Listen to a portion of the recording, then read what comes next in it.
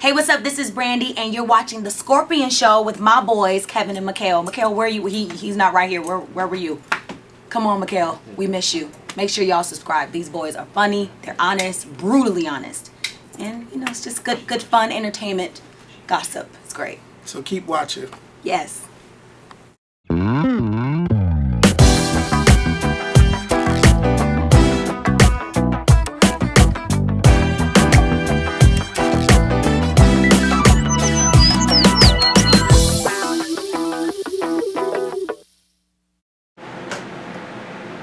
Hey, what's going on YouTube? It's Kevin, and I have a special guest co-host today.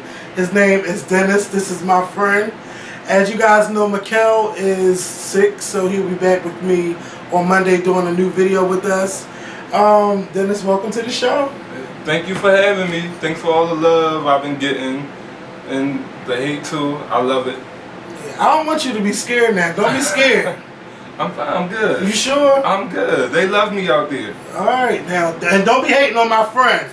All right, give them a chance. I'm just letting y'all know. Give them a chance. Mikhail and I will be back on Monday, giving y'all the craziness. Mikhail will be having his little crazy faces and everything. Please start this video off by clicking the thumbs up button, and make sure that you share this video on Facebook and on Twitter. You know, what else I had to say? I forgot what I had to say. No, I can't.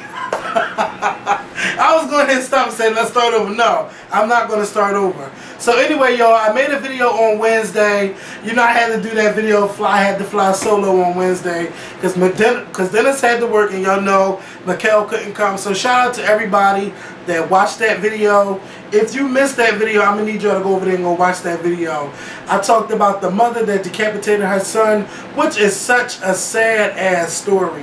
You know, yeah, them drugs is just making people do crazy stuff these days.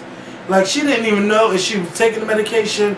But I heard, did you hear the 911 call? No, I didn't. She didn't know if she was taking the medication or not. She was like, no, then yes, and she was just going off. And then you had the daycare workers had the little children fighting each other, and they was recording that on YouTube. I don't know if they put it on YouTube, but somebody recorded it on the phone. Just a bunch of crazy shit's been going on. So please make sure y'all watch that video. Also, I want to say thank you to everyone who donated to the Philadelphia AIDS Walk to Team Scorpion Show. I'm not even sure how much we raised, but I know it's over $500. So thank you all so much to those who continue to donate. You can send $1, $2, $3, $4, $5. I don't care. A little bit goes a long way. So if you could donate anything, I would like for you to donate. Also, if you want to walk with me, and Dennis is going to walk this year. He did last year too. October 21st, you can register to be on Team Scorpion Show. The link is inside the more info box. And remember, the walk goes on rain or shine on October 21st. Also, if you are not registered to vote, please make sure that you register to vote. We are less than 2 months away from we're almost 2 months away from a very, very important election.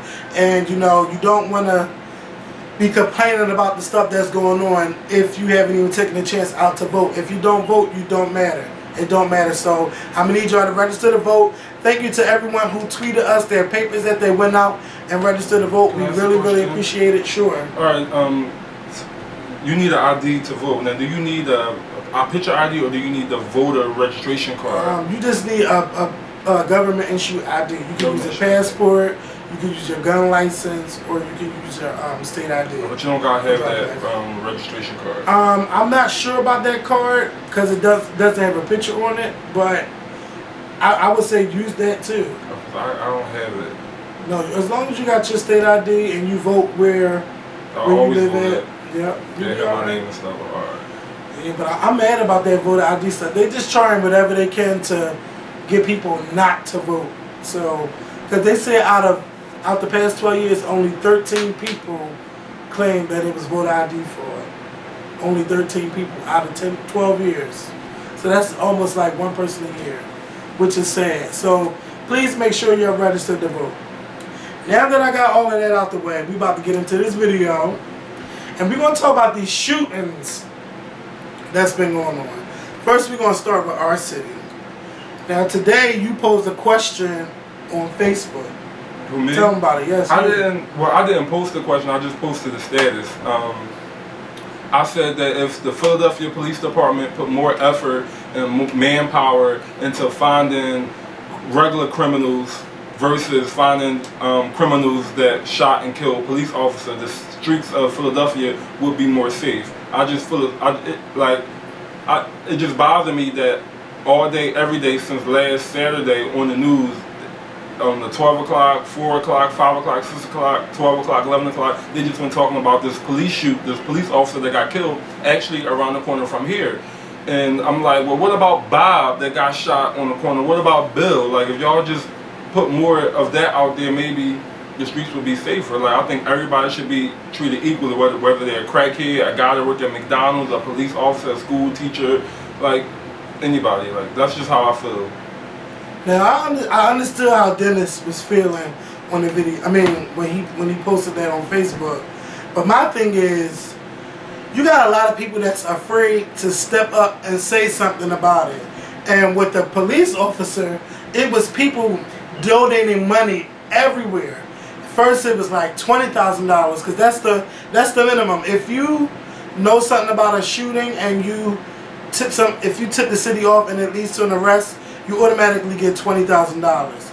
I'm not sure if you have to testify in court, but that's the reason why a lot of people do not say anything, because they find out who the witness was and they go off and go try to kill you. So that's why a lot of people are quiet. But for this police officer, being that he was an off-duty police officer, he was outside at almost 6 o'clock in the morning trying to go home, trying to get to his home. These two guys just come up from behind and, try to rob him. They're not sure if he's trying to identify who he is, but, I was like, the cop's going to make sure they get whoever killed him, especially a cop. You kill a cop, they are on your ass. And what I don't understand is that it's video cameras everywhere in our city. Every freaking where you're on video somewhere. So how did these people think they was going to get away with it? I don't know. And people kept sending in all of this money. First after it was $20,000, then it was up to $50,000, then $67,000, then it was $80,000. Like every 30 minutes when the news they broadcast, the price kept going up. So the final thing is $118,000. Somebody is going to say something. So they keep pressing the issue like, hey, shit, if I tell, if somebody's going to give up this information, because, today that person doesn't have $118,000. Tomorrow they can. All they have to do is turn that person in. So that's why I think that the cops were so adamant about getting this killer. They killed one of our own. Just like if you had a family member that was killed and you didn't know who did it, you will be out there on those streets trying to make sure you find the killer. You will be passing out pictures. Do you know this person? Or you can get people in your neighborhood to help you donate money to pay somebody to stand up and say something, Right. So that's how I look at it, because I can hear about John Doe getting killed on the news, but it wouldn't affect me. But if I hear about somebody in my family getting killed, then that would affect me, and then I would say, oh, well, it's just like, it's a cycle. Everybody say, oh, please step up and say something, because if you was in a situation, you would say something, or you would want somebody to say something. But the cops, it's just like a firefighter, a cop, they're going to do whatever they can to make sure they catch that person. And speaking of the money, today they had a breaking news press conference, and one of the reporters asked, did it have anything to do with the money? And first thing they said was they shied away from the money. They was like, well, the tips that we got was before the reward. When the tips that we got wasn't, about the reward. These were people that were just concerned. So 9 times out of 10, that money ain't gonna go to nobody. So they raised all this money and ain't nobody gonna get no money. I just think that that's just hype and momentum to get people to tell. And once they get their suspect, they ain't worried about paying nobody out. But what I don't understand is, if you killed somebody, a high-profile person like a cop, you didn't know at that time, but once you found out, why the fuck are you still in the city? I don't get that, because I would try to be far away. I'm going to They found, yeah, he up in North Philly. He killed them in North Philly, and they found him in Southwest Philly. Bartram Project. Yeah, playing cards, hiding out at somebody's house. Are you fucking serious? I just feel sad because the one boy that they are looking for now is only 19 years old. Mm-hmm. I'm like, damn, like this dude's going to get life in prison. He's like, never going to get out. That's like, it's just real sad. But I agree with everything you just said, and that's how I feel too. I just, you know, like you just don't hear about it every day on the news when somebody regular gets shot. Like, you know. Yeah, but I know what the cops do. The cops have a our city has a YouTube channel where they post robberies, burglaries, killings. They post everything, and if you know anything, they would like for you to step up and say something. So, you know, I also posted that, and Dennis didn't know. I didn't know. But yeah, the cops they have a lot of stuff where they try to help get these people off the streets.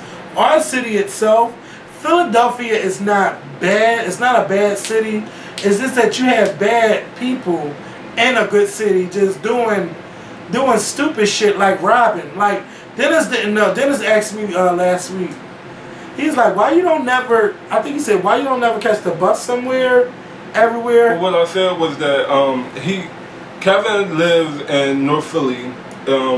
If you ask anybody from Philly, they'll tell you North Philly is like one of the worst places to live in Philadelphia. But if you ask me, North Philly is no different from South Philly, West Philly. But Kevin lived in North Philly, but Kevin refused to go hang out in the area that he lived in. Like he won't go to the bar. Last Thursday night we went to the movies, and I wanted to stop at the Chinese store around the corner from his house. And Kevin said, like you're not stopping right here. You're not leaving me in this car. I'm like, damn, you live around the corner. This is your saying neighborhood. around the corner. We talking about 29th and Ridge. You won't leave me in no car. You won't leave me in no car because I don't know that area. That whole area, to me, Ridge Avenue was set up city. That's where one time I was 16 years old. Don't ask me why I was out, but I mean you can ask me why I was out because I was going to work and I was leaving out. It was like around almost 4 o'clock in the morning because I had to be there at 5, and I was waiting for Keenan. That's how long I know Keenan. So I was waiting for Keenan at 22nd and 60B Moore. And I go in the store because I think, well, let me just get me a soda or something. And I didn't have no money. So I come out because I was going to get a soda. I left my money at home because I thought I had it in my pocket and I didn't. So I'm like, damn, I ain't got no money on me. So I come out and I sit down. The next thing I know, this guy's on a bike. I'm thinking he's riding somewhere else. I got my headphones on. He pulls a gun out on me and was like, give me your money. I was like, I ain't got no money. Oh my God, I was bitching. I was so scared and petrified. And I walk with that memory every freaking day. So I say, I could go out at nighttime and be okay. But I don't walk certain areas at nighttime, and I don't go certain areas at nighttime because I have that fear like somebody is going to try to kill me or somebody's going to rob me. Like, I don't have a problem with getting robbed, but don't rob me of my life. That's one thing I don't understand. If you robbing somebody, why do you have to kill them? Right. You don't have to kill no fucking body. Just, if you want to rob, take what you want and go ahead. But then again, why can't you just go out and get a motherfucking job and work for the shit that you want? I work for what I want. Why can't you work for what you want? And then again, it's you know, it's always the black people. You know, the news had a story. They had a whole 30-minute segment. They cut the whole news off just to show a 30-minute segment on why the black on black crime in Philadelphia is so high. Why is the crime in our city so high? And it's always black men doing 88% of the crime here. Most of them is by guns and by knives and everything. We really must crack down on these guns. I think if you telling somebody that got a gun, you get like $5,000 or I think $500 or $5,000. Where can you find all this information at? What? Everything you saying, like I'm just finding out, like I'm learning. I watch the news every morning. Every morning I'm watching Fox 29. I watch my news. Well, basically my argument with Kevin was about not wanting to walk the streets of where he's from. Mm-hmm. It's like he wouldn't want to walk around the corner from where he lived at late at night, but he would rather walk downtown, you know, where he's not around the corner from his house, or walk somewhere else. I feel safe. Or he would rather walk the streets of New York, you know, all late or blase. My whole thing is like, violence is going to happen any and everywhere. Yeah, it can happen. There's nothing different from North Philly, from South Philly, from downtown. I'm just saying, y'all walk these streets. I'm not walking these streets. But when I heard about that cop getting killed around the corner from his house, the first thing I did was I text Kevin. I said, now I see why you don't walk, you know, your neighborhood because it happened right around the corner from his house where the cop got killed at. And it could have been Kevin coming home because Kevin liked to go out and he knows he's not coming back home till late. So Kevin will hop in the cab in a minute, like, or whatever. So yep, I take a cab straight the hell on home. I do. I guess. I know some cab drivers don't want to take me home, but I just say, listen, I'll get them the money up front. I'm drunk. All I want to do is get the hell home. Just take me home, and and I'll be all right. So I've never catch the bus home late at night. Never, ever, ever, ever, ever. I can tell you the last time I did it. Last time I caught the bus home late was 2008 after the Phillies won the World Series. I was so drunk out my mind that I just didn't care. I just said I'm coming home. Because no cabs was stopping. The only way you could get home is catching the bus. that was crazy. So, yep. You was downtown? I came downtown to party with everybody. And I mean, we partied downtown. They did more than party. They broke stuff, broke traffic Climbed lights, up the stop damn signs, poles. Yeah. busting windows and stuff. That part, they ain't had shit to do with me. But, yeah, it was a mess. And, in Chicago, just over 24 hours, 19 people got shot. Talking about as of last night. 8 people got shot in like a drive-by shooting, and then 5 other people got shot within that same 30-minute period. It's just so much stuff going on in our community. I can't remember exactly what Keenan said on Facebook today when he posted your post, but it was just so right how it's always black people trying to tear each other down and never trying to help each other, never trying to uplift each other. We just always trying to get what we can get and keep it moving. Like, it's not right that we don't help each other as a community. He said something about us being a family. Yeah. I mean, it's just, I'm not saying that white people don't commit crimes, but I know for sure black people commit more crimes than what white people do. And it's just sad. And people want to say, oh, it's because the dad's not in their lives and all of that. Well, listen, I'm just going to say this. I think it's equally with blacks and white, but I just feel like just because we're black and we live in a black community, we hear more about the black crimes. But white people is out there doing crazy stuff, just like black people is out here doing crazy stuff. But white people, they going in the house with their kids, blowing themselves up along with the kids. See, I ain't got time. White people, they killing their grandmoms because over some money because they want to get drugs. Yes, and did you hear about the girl that gave her grandmother antifreeze? Antifreeze, so it's like everything is up there except that when you're white, you hear about the more white news. When you're black and live in the black community, you hear about the more black news. But it's all equally. Like, I don't look at nobody differently or look, oh, this person is black so they're a bad person, this person is white. It is what it is. I don't look at it that way. If I can get robbed in North Philly, I can get robbed in South Philly. I can get robbed downtown. I'm cautious wherever I go, not just where the crime rate is high or where people talk bad about a neighborhood. Because my whole thing is, I'm from North Philly. You're not going to hear me say nothing bad about North Philly. Even though I don't live in North Philly, I live in a better part of Philadelphia, University City. But like, let me just put it like this. I could walk this area of North Philly. I could walk this area, no problem. But I'm not going to just walk any other area where I don't know anybody and walk the streets at night. That's just something I don't do. Yeah, Keenan said, wait. He said, hey, y'all missing the point. The police department is like a race that sticks together. And we a race that don't. We as a race can't even speak to one another or help our brother and sister when they're down. So we as a race need to look in our hearts first and get it together. That's what Keenan said. And that was so right. And coming from Keenan, I was like, wow. Okay. Coming from Keenan, I was like, wow. To have Keenan in that type of mind frame and talk like that and speak like that and was so on point, I was like, I gotta like this and I gotta comment back. Because everybody was commenting on my status that I wasn't even going to comment. But when Keenan said that, I was like, go off, Keenan. And even you commented back and said, you better preach. Okay, he better. Because you don't get that from Keenan every now and then. You don't. So shout out to Keenan. How do y'all feel about, your area? Can you walk the area late at night? Do you feel safe in your area? How do you feel about gun control? Let me know in the comments what do y'all think about that, because it's just freaking crazy. Now, something that happened today in New York about the shooting across the street from the Empire State Building. Now, that's just something that you just won't expect to happen. A disgruntled employee comes back a year later and kills his boss after he got laid off a year ago. Shot him in the head three times. 3 fucking times. And they was white. Yes. He tried. It was white. Yeah, I mean, I know, but I'm just saying, like, and that's a crime you just can't predict. That was premeditated. He had a plan. This is what I'm going to do. This is who I'm going to get, and this is how I'm going to do it. You know, that stuff right there, that's something you can't, something you just can't control. But I understand that.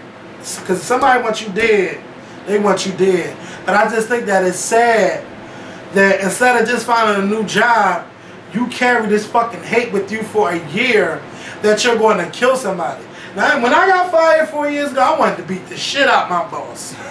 I wanted to beat his ass.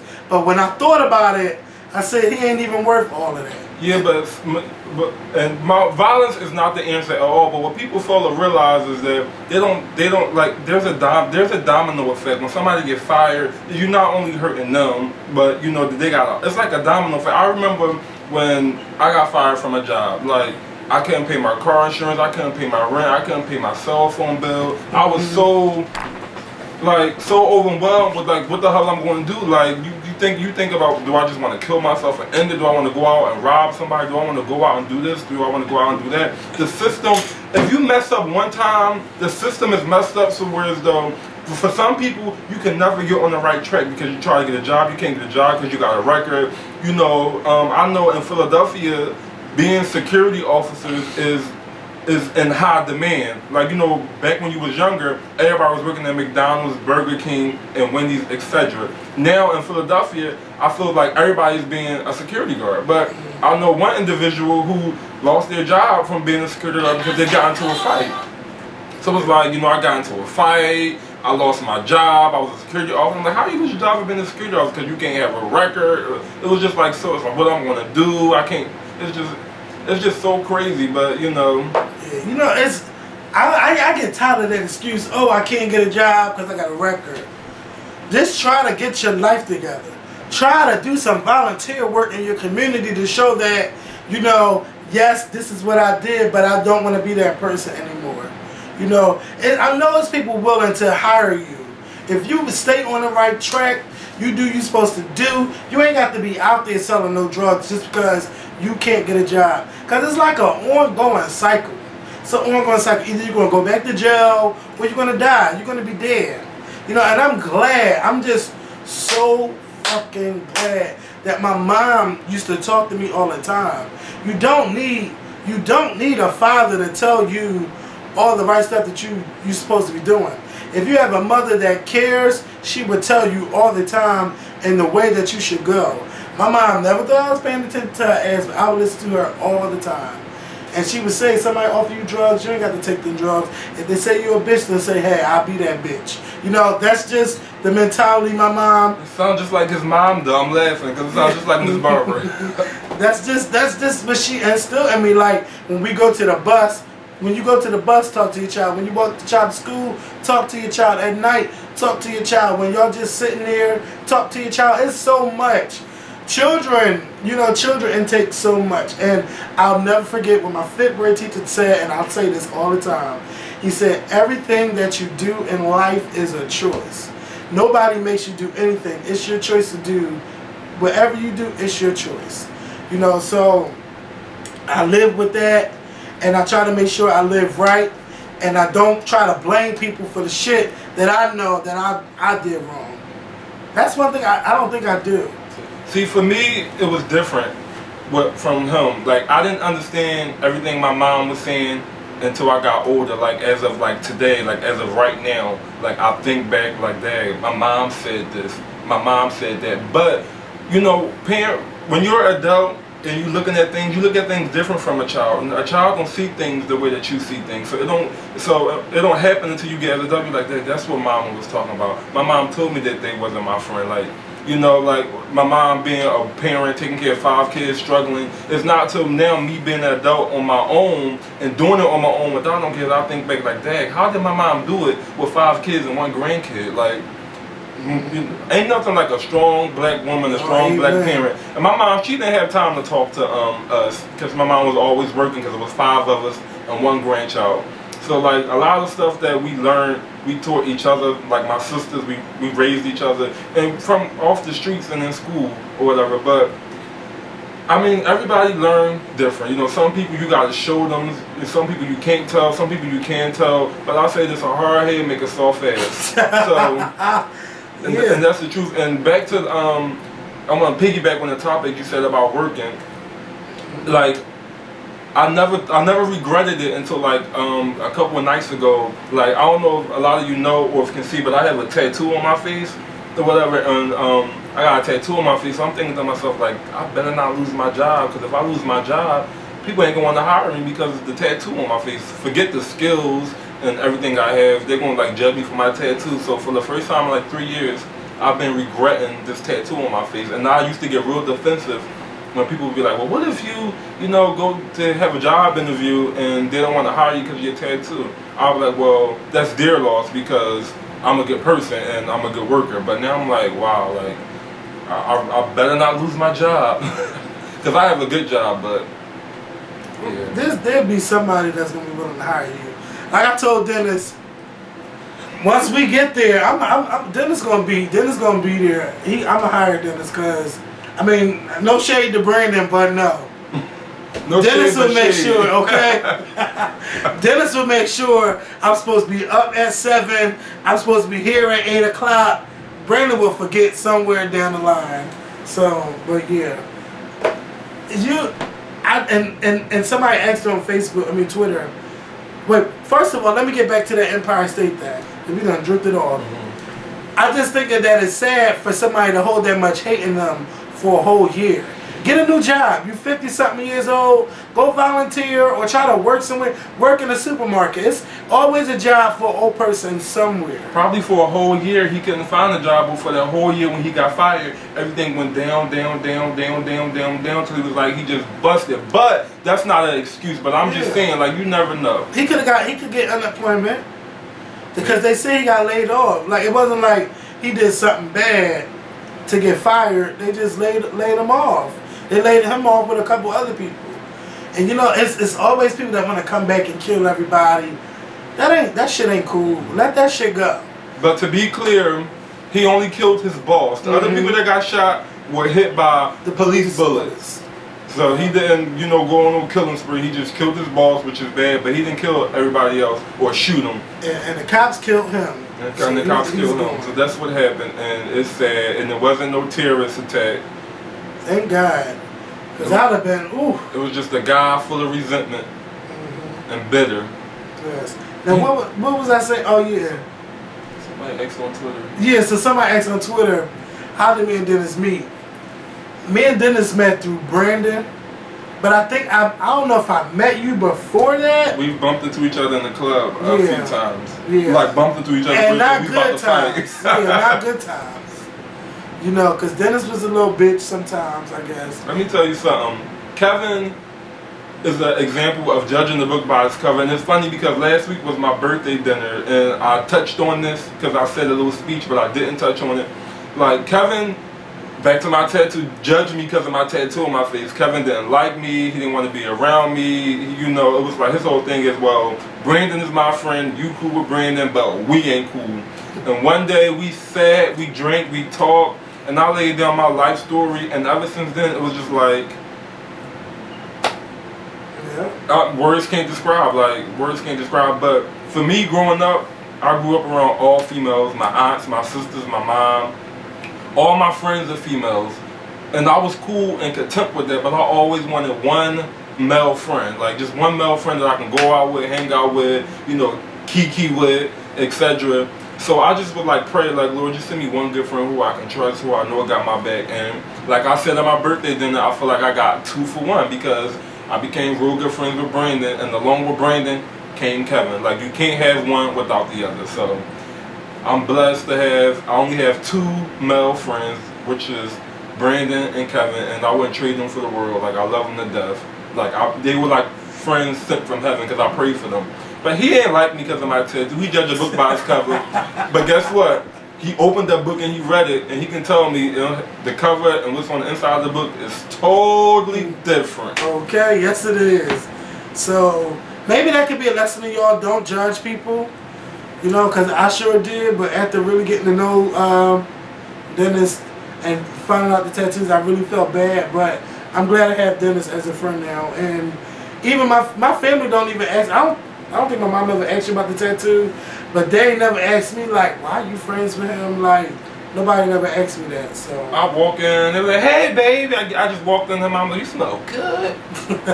I can't smell you. You can't smell me? No. You can't smell this product? You smell good, you though. You smell this product like... Oh, yeah, now I do. You smell good. You do. It's that product. That was a birthday gift. Bitch, what my birthday gift at? You told me. He gonna tell me, oh, I don't need nothing, so I took it back, got my money back. True. Shit. No, he It's ain't like, taking it back. He ain't never getting nothing. Yet. Don't judge me. I ain't Shit, judging. Listen, we do stuff for each other all year round, so like, it don't matter. Yes. It don't matter. But I'm still gonna get you something. So Usher wins primary custody of his 2 children. I can't remember how to say their names, but their names begin with N's, and that's all I'm gonna say because I don't want to tear their names up. But my honest opinion, even though Usher won primary custody, I don't think there's no real winner in this situation, because when those 2 children get older, they're going to be able to Google that their parents were in a bitter, nasty custody divorce. I mean, you know, first they had a divorce, and then they had the custody trial, and then they lost their brother while their 2 parents were arguing back and forth. Like, it's not going to be a good situation talking to them. And to have it in the media, I just think it was such a bad thing. And you know, Tamika did look like a villain in some pictures. We seen Usher crying, and Tamika's face was like, bitch, I don't care. And Usher was trying to push the trial back for Tamika to get herself together, and she like, no, I'm fine, I'm gonna be all right, I'm gonna get my kids, blah blah blah blah blah. And Tamika was sitting right there like, go somewhere and cry to your publicist with your crocodile tears. But my take on it, and I'm speaking from experience, I feel like no child at the ages that they are should ever be taken from their mom. Even if the mom and dad is in the picture, and if they love their dad, the child should always be with their mom. There's nothing like that love and that warmth of coming home to your mom, knowing your mom coming home to you. Because when I was younger, I was in a situation where as though I got taken from my mom. It haunted me. Like, I cried every night, I prayed every night. It was just like the worst thing that could ever happen to me, like being taken from their mom. So those kids is probably like, it's like, dad, I live with my mom. My mom come home to me every night. When I go to school, I come home to my mom. Now it's like I'm with my dad now. A child should always be with their mom. Well, how old were you then? I was 7 years old when, I was 6. I had turned 7 when I got taken from my mom, and I was put in foster care for child abuse. And I'm from, like, if y'all don't know, I'm from South Carolina, and back in the day, and still, you know, they were strict on child abuse. And I was a badass little boy. I remember like it was yesterday. I was stealing from school. I stole candy. I came home. By the time I got home, the teacher had already called my mom. I came home. My mom beat my ass. I deserved the ass beating. I was stealing. My mom didn't play that. I went to school the next day. I showed the teacher my back. I had whips and bruises all over my back. And next thing you know, I was taken from my mom. And that's why it was just like, I was put in foster care, and even though they call themselves protecting me by taking me from my mom and putting me in foster care, it was like the worst thing that has ever happened to me, being taken from my mom. And still to this day, I think that what if, you know, my mom didn't go to jail, and what if I didn't get put in foster care, because my mom had 5 kids, but it broke all of us up. Because so you all had to go to foster care? We all went to foster care. The 2 oldest went with their dad because the 2 oldest had the same dad. And the 3 youngest ones was in, you know, different foster families, and my mom was in jail. And who was your father? I don't know who my father is. I know it. Yeah, I don't know who my father is. Like, my mom was my mom and my dad. So even though my mom beat the shit out of me, I would rather go home to her beat me than with a stranger, because like there's nothing like the love and warmth of your mom. Like, somebody can be shooting. You know, when you're scared of the dark and you're younger and you think there's monsters, you can go get in the bed with your mom, or your mom be right beside you, and that monster is going. You think, I'm right here with my mom. I ain't worried about that monster. I ain't worried about the ghost under the bed because my mom is right here. So those kids really should be with their mom. All kids should be with their mom, unless their mom passes on and their dad got them. But I'm not trying to go against you. I know. And even the situation, not to cut you off, but even the situation with Neffy and Keisha Cole and their mom Frankie, they said that they went to crack houses and would be with their mom. Because there's nothing like the comfort and the warmth of your mom. So even though they was in a home with food, heat, and clothes, they would rather go to crack houses just to be with their mom. But Yeah, but I think you probably come from it because you've been through that situation. But to me, I think that they're children, so they probably don't know all the way. But I'm glad that Usher is in his children's life. And that he wants to be a father to his children because his father wasn't in his life. So Usher's like, I guess the way he's looking at it is, I'm in a position to take care of my children. I want custody of my children. I don't know what went on between him and Tamika. I really don't care. As long as the children is okay. But there's some reason why he was picked. And I think it's already been proven that he's a good father. You always see him out at opening or screenings in children's movies. He's with them. I don't never see Tamika with him. So I really don't know what her relationship is like with them. But Tamika said he was doing drugs in front of them, and I just can't picture Usher doing those things. But it's a nasty, ugly dispute that went on that did not have to happen in public. This could have been handled behind closed doors or whatever. I don't think we should be knowing what's going on with them, and their children shouldn't know because they can easily come on there, go back on the computer because you can Google shit from 10 years ago. Just imagine how technology is going to be when they get older. It's already like this now. Just imagine when they get older how it's going to be. They'll probably be able to blink and it'll pop up. But I do understand about the mother's love. But see, I come from where I had my mom, but I wanted my father's love. And I lived with me that I never heard my father tell me he loved me. But he was trying to get to know me, and I never, after I got a certain age, I just like, I'm fine. But then when he passed away, I went into a depression.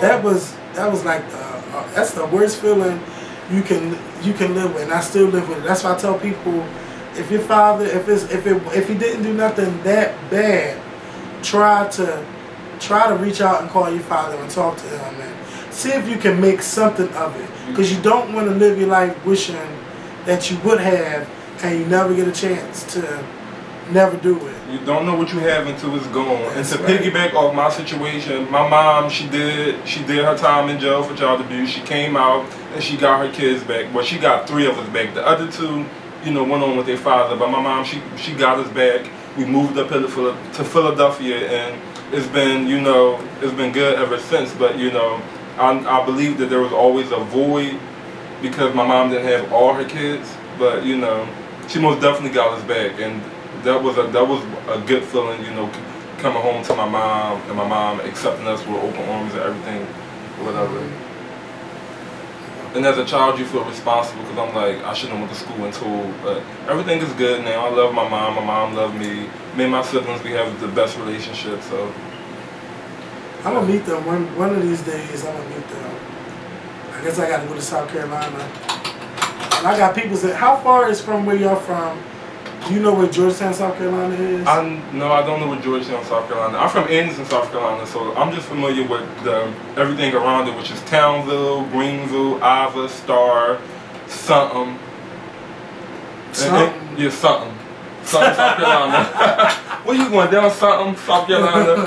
And of course, the capital of South Carolina, Columbia, South Carolina. Okay, well I know Columbia is not too far from Georgetown, maybe 45 minutes.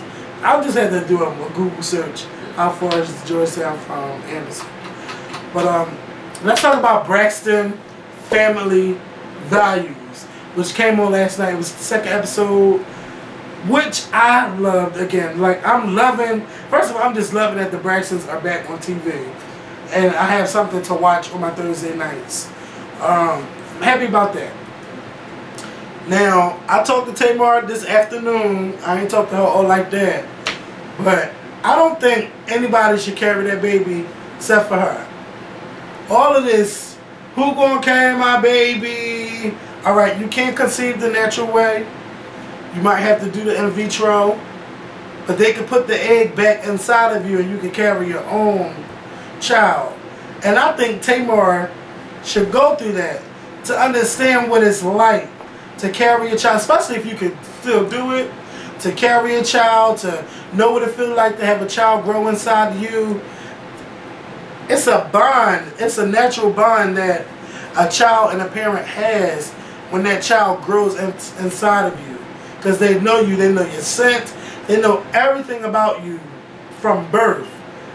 And for you to have a child through somebody else, it's a disconnect somewhere in there. You know, so Tamar, all of this, but my body ain't gonna look right. It's just so vain to think that way when you can become a mother. Fuck that. Get an endorsement with Weight Watchers, get your little coins together from them, and get your body snatched again. Bam. Ain't like nobody can't just pay to get their body fixed, you know? I think Tamar, if she can have kids and she is choosing not to, I think that's one of the most selfish things in the world, to not carry your own child when you are able to. Now, I don't know if she is able to or if she isn't. So I'm just, speaking in general. If she's able to carry her own child and don't want to carry it and want to pay somebody to carry it, I think that's one of the most selfish things in the world. And I believe later on in life that she may regret not carrying her own baby. Or she look at her baby and she see that business was carried by somebody else. Are those my eyes? Is my baby acting like that because somebody else carried it? Like, just go ahead and carry your own child. Experience the kicking and the moving and the mood swing. So when you're talking to other people, you can be like, oh yeah, I remember when I was 3 months pregnant, I went through that too. Or I remember when I went to go get my ultrasound, they didn't want to open their legs. I had to go back 3 weeks later to find out. Like, it's like a club. Like, for you to get your life. Get your life. But I got my life when she got that waiter together, though. Yes. I was like, you better get him together, and the dad got him together too. But she better than me, because I would have told the manager, talking about bikini season right around the corner, I would have been like, the unemployment line is around the corner. Now go get your manager. He was out of pocket. She thought about that, and he came back. She's like, Yes. I was missing Tracy in this episode. We really didn't. No, we didn't see Tracy at all. She was in VA, the DMV. Yeah, getting her little salon together. Was Miss Evelyn was in this? Yeah. Wait, who Miss Evelyn was talking to in this episode? I don't think she was. She wasn't in this one either. So Tony was doing her she was reaching out for Autism Speaks, I believe, and she wore the sock dress, and she was working with Nigel Barker. They would make a cute couple if Nigel wasn't married. That was that was fun to see Tony in a new element, taking pictures or whatever. But Tony is not no model. I mean, not like she ain't no model, but you could tell like she was the first one to say I ain't no model. Yeah, she was like really like out of her little comfort zone, trying to get it together and pose this way and pose that way and all of that. But I'm really glad that they're incorporating more of Tony's children and showing that Diesel is still a normal child, even though he has autism. So seeing that talk with Tony and Tony and Trina, that was just good for me. And I just loved seeing them come together. At the end. Like the end was cute. That was real cute when they was all together playing at the park and everything. But I just love seeing. They was at Tamar house. They was. Tamar threw her nephew. Who just opened up my door like that? Me and Dennis could have been screwing. Come say hi.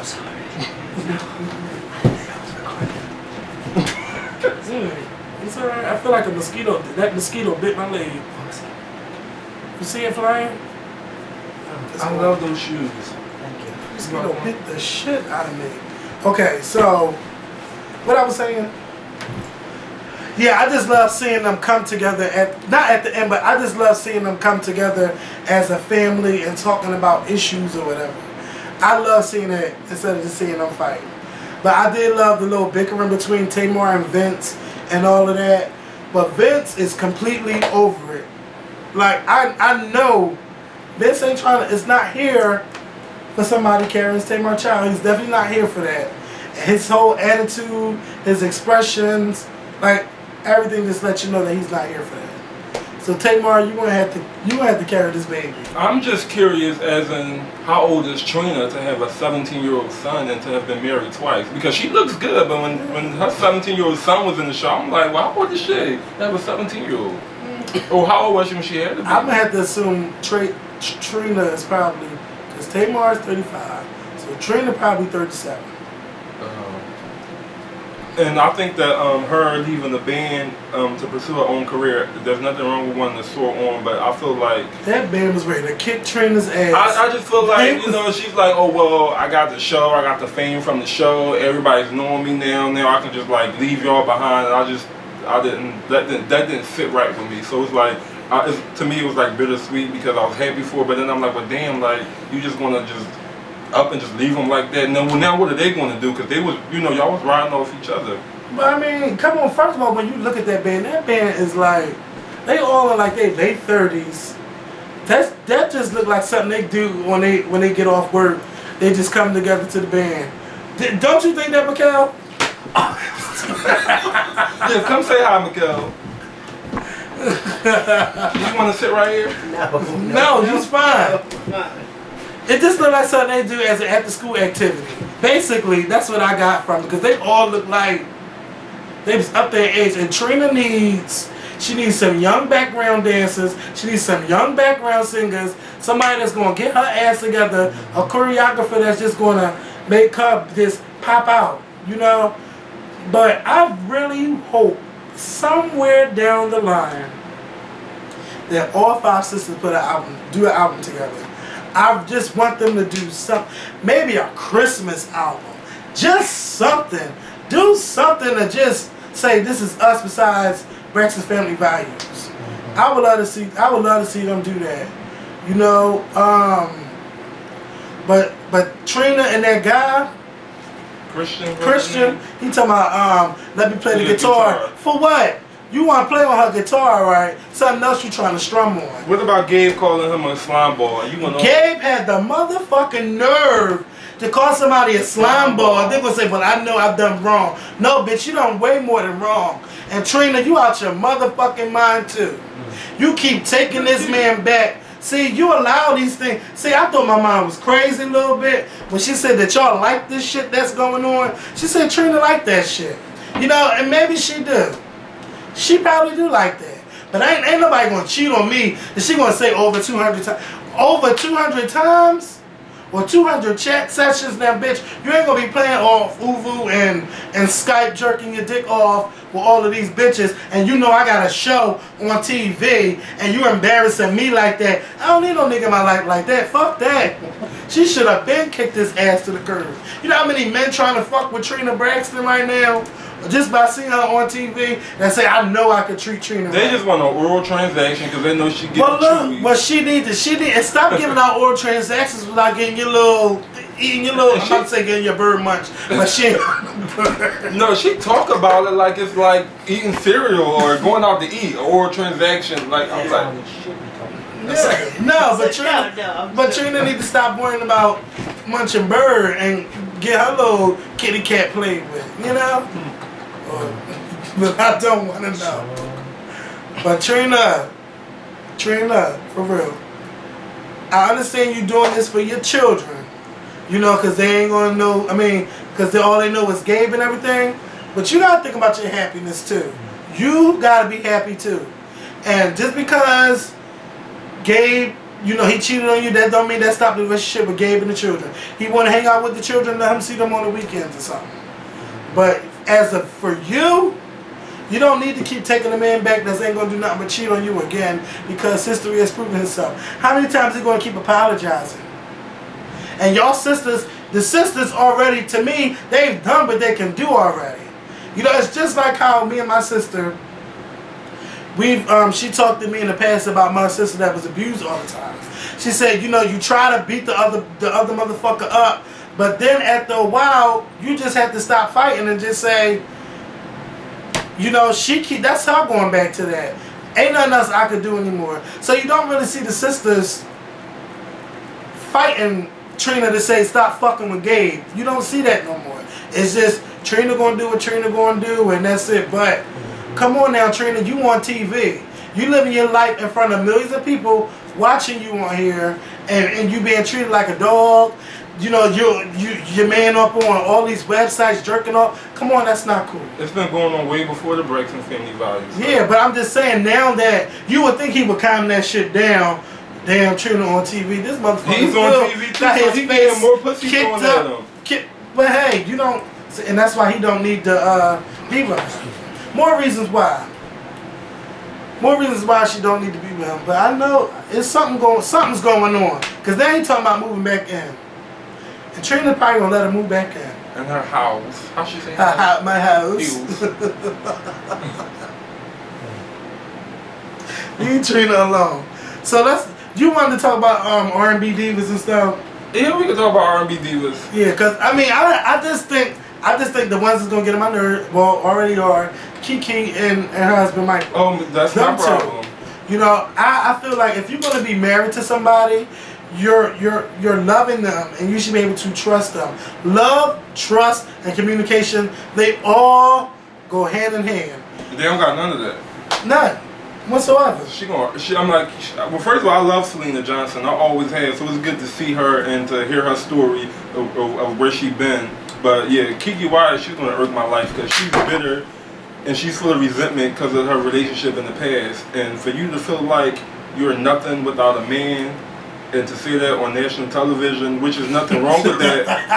Which is nothing wrong with that. It is something wrong with that. You gotta love your damn self before you try to love a man. And like next week's episode, she's gonna be like, I am nothing without him, because her friends gonna try to not break them up, but break them apart. Like when she wanna come have a girl time, you don't gotta come with her or whatever. But her whole thing is like wherever she go, he gotta go, because she don't trust men. If you don't trust men, then why are you with him versus going to counseling and working on it? Like and the funny thing about it, I've been a Kiki Wyatt fan since I was 14, but really seeing into her life is gonna make me just like not like her. I hate a dumb female, and that's what she's gonna act like doing R&B divas. A dumb female that can't live without a man and think that she's nothing without a man, but keep getting pregnant with all these kids. What you think about Nikki Gilbert? I've been a fan of Nikki Gilbert. It's just that I'm irked because Nikki Gilbert, your fan base, majority of your fan base are from music.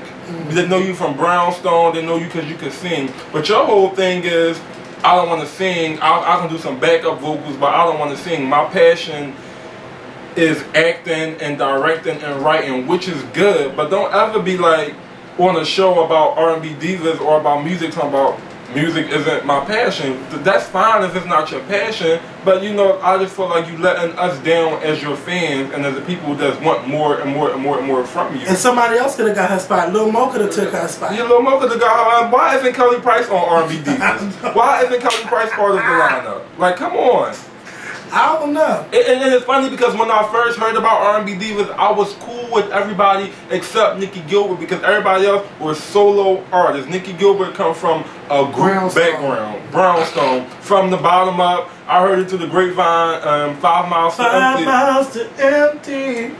My heart is running low. Oh, I need a good man to fill me up. That was the song back then. That was a good song, but like, for you to be like, music isn't my passion, it's just a big letdown because majority of us want from you. We don't want no stage play. We don't want no acting from you. We want music, and you can sing.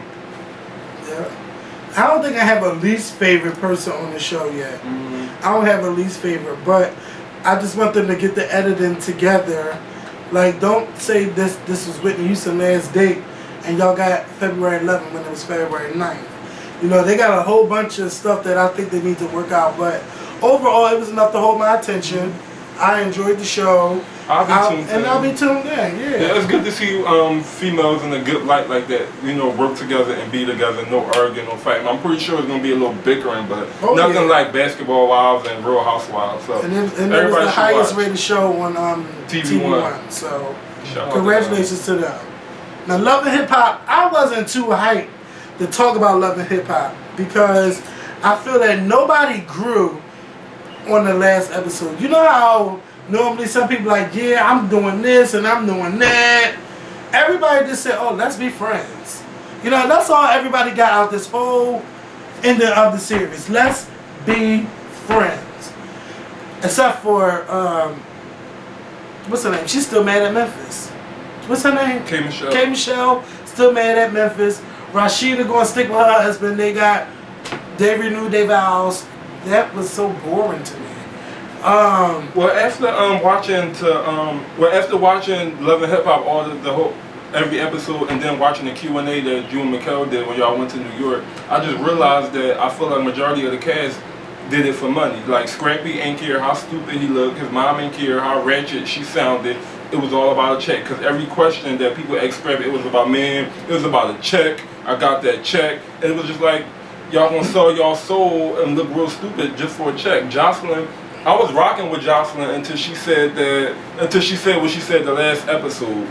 I was just like, how can you still rock with somebody? Because all she wants is a career, music, and money, and she good. I'm like, you willing to sell your soul to the devil to have a career? Like, come on, Jocelyn. Let me tell you something. Females, y'all need to know y'all worth, and it's not looking like y'all knowing y'all worth. And not saying just because y'all on TV, y'all gotta be a role model, but come on. Yeah, that's the thing. If you want a music career, there's a certain image that you got to have. Ain't nobody gonna buy you. And the image of you being a fucking hoe on TV, fucking a man that you're fucking a man that like to fuck his women, and like he has. Wait a minute. First of all, because I'm getting mad. This whole situation. I love being right here and not having to do this. This whole situation. Wow. Because this is fun watching it. The whole situation with Stevie J, Jocelyn, and Mimi, that whole situation is all fucked up.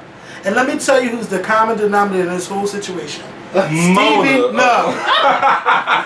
Stevie fucking J. Stevie J is the common denominator, and the numerators will always be weak ass, broke ass women. And why will it always be that way? Because Stevie J is the denominator. He's the dominant person. He knows how to select dumb women. He knows how to make them, you know, I'm going to get you here and I'm going to get you there. All you got to do is suck my dick or let me fuck you. That's some bullshit. You don't fuck for no records or no fucking music, bitch. Wait, pause. All you getting out of it is dick. But the girl that was on the last episode that Jocelyn Cuss got together, she's from Philly. And she's a dumb weak bitch on TV fucking Stevie J. And my career, nobody would never make me look like no fucking hoe on TV. Everybody that watches the Scorpion Show, if you want to do reality TV, don't be on TV to be no hoe. And don't fuck to be on nobody's TV show, get a contract anywhere. Don't hold yourself out that way. Work fucking hard to get what you want. That's why Brandy said she'll never do another reality TV show, because she said they're going to have you looking stupid. But she had to look stupid. And pools and stuff. But you know what? Brandy could do a reality show. This is me making my damn album. You ain't got to be... you ain't got to be... Because it's a days. Yeah. That's how you hype yourself up. Like Shakur album sold, Monica album sold, Fantasia album sold, all kinds of reality show. She can even put it on YouTube. You don't need a major network to have a show. Bam, look at me. You don't have to. And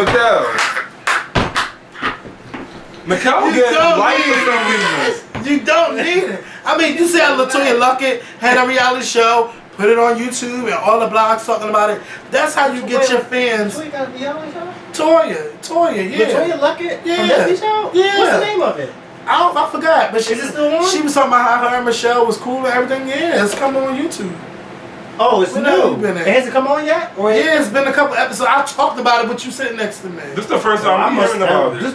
I was sitting next to him. He We must have talked been about on it. his phone. Okay, like you always do. You better check your email. Check your email. Cause I missed that subscription. That didn't pop up in my box. Yes. So I mean, Brandy could be doing something like once a week. Yeah, I picked this song, and this is gonna be on the album. Girl, Brandy, I got a lot of ideas. Girl, I'm gonna text you after I get up. I ain't gonna text you. Girl, if you watch it, call me. We got each other's number. Call me though. Call me. I got a lot of little marketing for you. You know, but yeah, them women is just, you don't do shit like that on TV, because I'm not going to be able to take you seriously. You know, certain stuff you can do on reality TV and certain stuff you shouldn't do. You know, like my girlfriend Tamar can blow, but I can't make people take her seriously if she's saying, I don't want to get pregnant because my body ain't going to look right. I mean, I know that a lot of women think that way, but I don't want people to think that Tamar thinks that way. You know? So, I'm glad. Can I say something? yes. But how can You gotta people? come over here. No. How can people not think that way when she's saying it out of her own mouth? Well, she's already said it. That's why I said I don't want them to think that, but Yeah, because it was irking me when I was watching it yesterday, and she was saying it, because I'm saying, like, of course nobody wants their body to be out of shape, but She when don't you're have that. pregnant, She got money. Yeah, but it's not even about money. When you're pregnant, that's supposed to be a beautiful thing, and you're not supposed to look at, oh, I look nasty. You're supposed to be looking at it as I am talked about carrying that. a baby, and so it irks me when I hear her say that. But then I'm not back until Monday, so I'm glad, but you know what? I'm glad that y'all get to see this, because a lot of people tweet and say stuff to Kevin and Mikkel about, oh, because they're cool and friends with the Braxtons. That I'm glad that they can be friends with them and still get them together. I respect that they stand for them, but at the same time they get them together, and y'all get to see that, because y'all always saying stuff. Oh, you just saying that because y'all friends with the Braxtons and this, that, and third, and the fourth, and the fifth. I got a reputation to uphold, okay? And the Braxton's not paying me yet. That's So all. until the Braxtons start paying me, they're not paying me, but still, I wouldn't do that. That's even Stevie J. Kevin. Why is this Kevin. on your phone? I want to show him. You did? I thought he already did. That's what you No, told you me. did not. No, you did not tell him that. No comment. They ain't no comment, nothing. But I always question this. Why ain't Stevie J using his dick and using this fucking dildo? Right, that's what dykes and gays do, right? Well, Stevie J is one of the gays. No shade. This is one of the girls. And, Let me stop. uh, I'm not gonna get it from. and K Michelle, Who? K Michelle. Who? So let me stop. See, and what a lot of people don't know is with K Michelle been telling her story for years now. It's just that business though she got a platform to say it on, and that she's getting national, recognition is making more of a buzz.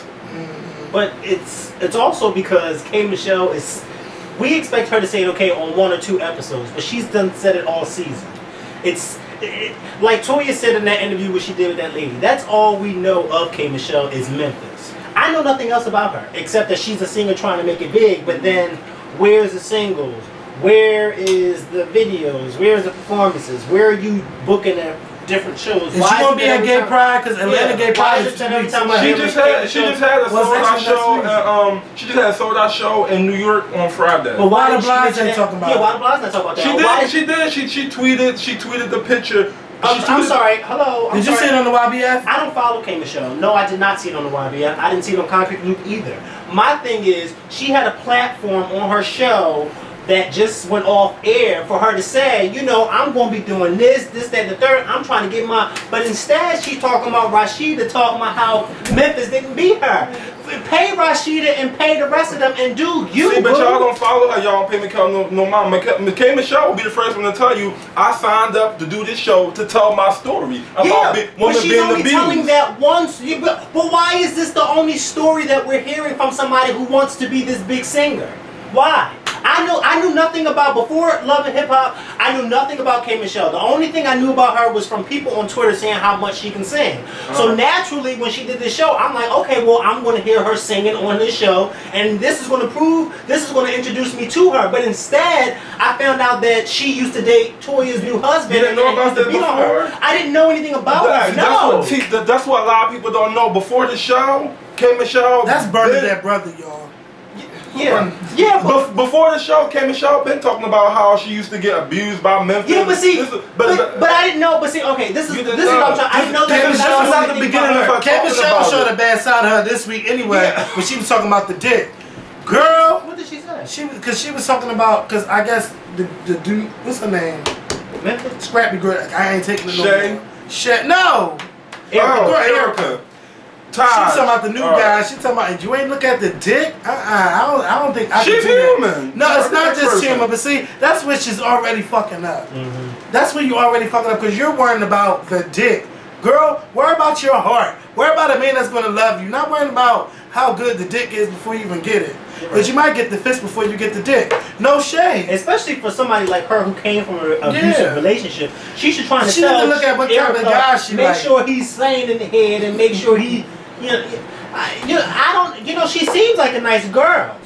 I just can't get past the fact that she's always talking about Memphis. And I understand that. And I I'm got not that here- in the first two Must got episodes. some. And I'm not here to defend her. It's just that I've Yes, been you are. it's just that I've been a fan of K. Michelle when she first came out back in when I first heard of her back in 2009. So I've heard the story. Okay, It's so not let me new ask to you me. this. So you weren't tired of hearing it every episode that she was on this whole season? You weren't tired of No, hearing it? because in the beginning you didn't hear it every episode. No, in the beginning because she in was the beginning, singing. that's- She had a showcase. Yeah, but then that was like her two problem. episodes. That was her problem with And Carly then- Rae. Carly Rae came to her showcase and was saying that the wrong producer was working with her. That's why they got into Yeah, it. but after she mentioned the fact that she was beaten by this so-called, because she never said his name, after she mentioned the fact that she was abused by her ex-boyfriend, That's part of her all story. Yeah, that is part of her story. Because she couldn't sing for 2 years because she was all Yeah, but all over the after loop. that, that's all you heard for the rest of the season was that. That's all. Why not go back to what it was when the show first started, when you see her singing and trying? Why is it every episode her arguing with somebody about how they don't believe that Memphis beat her?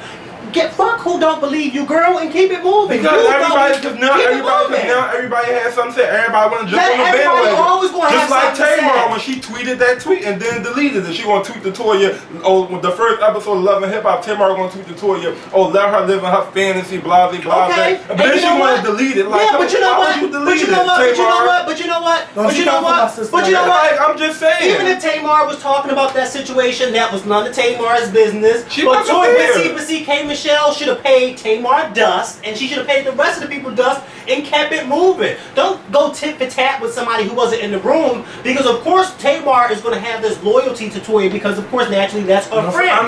You see what I'm saying? And just like it's not Tamar's place to say what happened and what didn't happen, it's nobody's place to say that. But K. Michelle, only you in Memphis knows what happened in that room. You can't argue with somebody who wasn't in that room You sure can't. telling you, oh, that didn't happen, because then you can look at them and say, how the hell are you going to sit there and try to argue with me? Just like when I got my license, I'm sorry to butt in y'all video, but the day I got my driver's license, there was these two women in PennDOT arguing, and one of the women came out of nowhere. They didn't know each other. One of the women came out of nowhere and said, you don't even have your license. And the lady said, how the fuck do you know what I got? Like, babe, how do you know Know what what happened? You somebody else don't said. know. So You just let right. it go. Like, You K. right. Michelle, you're arguing with people who mean nothing. If Tamar was not there, neither was Rashida, neither was the world. So you're arguing, you're trying to beat a dead horse. Let it go. Yeah, but K. Michelle will be the first one to tell you, I ain't that girl. I'm from Memphis. I'm going to speak my mind. I'm going to tell you like it is. She's not like everybody. She's not Where like you from, Beyonce. it doesn't matter where you're from. She always saying that. Do not say. No, I'm just saying. No. Beyonce will ignore you. Beyonce won't And that's what K. Michelle should do. K. Michelle ain't that girl. She I'm needs from to become Memphis. that girl, because if she don't become that girl, the only girl we're gonna know her as the girl that Memphis uses a punching bag. And guess what? And guess what? She's That's getting all paid. we're gonna know Well, at her the end as. of the day, how's she getting paid? Apparently she's not getting paid, At the- because she said it herself that R. Kelly told her she needs to go back to writing music. If she, you know what, get out of my When Mary was getting her ass beat, Mary made money off getting her ass beat. Okay, Mary told the story and she sang about it. K. Michelle is just telling the story, but she's not singing about it. She did sing about it. That's not making Okay, because I didn't buy it. $0 made. Okay? Listen, at the end of the day, that PayPal account is non-fundable, okay? There's no at the end of the day, I'm not taking nobody's side. I'm just saying for what I know. You're here for K. Michelle. No, I'm not here for K. Michelle because before the show, I've known of K. Michelle. I heard about the situation with her in Memphis. I've seen the indirect tweets that Toya would tweet. K. Michelle would never respond to. I just feel like, you know, she should have. Toya ain't never said nothing indirectly about her. Yes, she Well, has. you know, after we made that video, people were like, well, Kevin and Mikhail, they were saying that Toya actually did say something about her and then deleted it. I couldn't defend that only because I'm not here to defend nobody. I don't follow Toya, I don't follow K. Michelle, I don't follow Memphis. They are the Three Stooges to me, and I have nothing in common with them, okay? Right, so that's why right. I don't follow them. Well, so I don't know what Toya says. Well, at the end of the day, I was just saying, and I respect How Rashida. we get this close? I don't know. I respect Rashida for being loyal to her friends. Ain't nothing like loyalty. Yeah, you should be, but it's nothing like loyalty in this. But if you weren't there, but if you you can't weren't say there, nothing. then you keep You your can't mouth say shut. nothing. Everybody needs to You keep see their what I'm mouth saying? shut. Because if me and Kevin got into a fist fight and you weren't there, how dare you tell me, well, I don't think Kevin is. Because I've Well, you seen weren't there. Kevin eye and him punch his own self in the fucking eye. Well, excuse me, No. Mikhail would never punch me in the eye. You don't know Let's where- get that one You don't down. know where I would punch you at. Oh, it won't be the eyes. No, why Let's get that wouldn't one it? down. Why wouldn't Because it? you won't even get there. It'll be your eye looking like Well, we that. just gotta wait for this reunion. From what I've seen, everybody not gonna be able to sit on the same stage. I heard that Lil Scrappy proposed to Erica. Why are you telling the reunion? I don't want to know that. Let me wait and I'm see. just saying what I, cause they asked It's us already what we, been blogged about. they asked us what Well, we I thought. didn't see it. They asked us what we I thought about told the you, I don't reunion. follow them, so I didn't see it. No, Kevin tweeted said, "What you want me and Dennis to talk about?" They said, "Talk about what you think the reunion gonna be about." I thought your throat was hurting. It feels better now. I asked Kevin, "Can I tell him what I asked you?" No, because that ain't cool what Dennis said. And I was over it when I texted him that I was going through my situation. He gonna, well, this shit ain't for everybody to know. Cause everybody gonna look at me like that. What up, You now? asked him something like that about me? Thank y'all for watching. We'll see y'all on Monday. Let me tell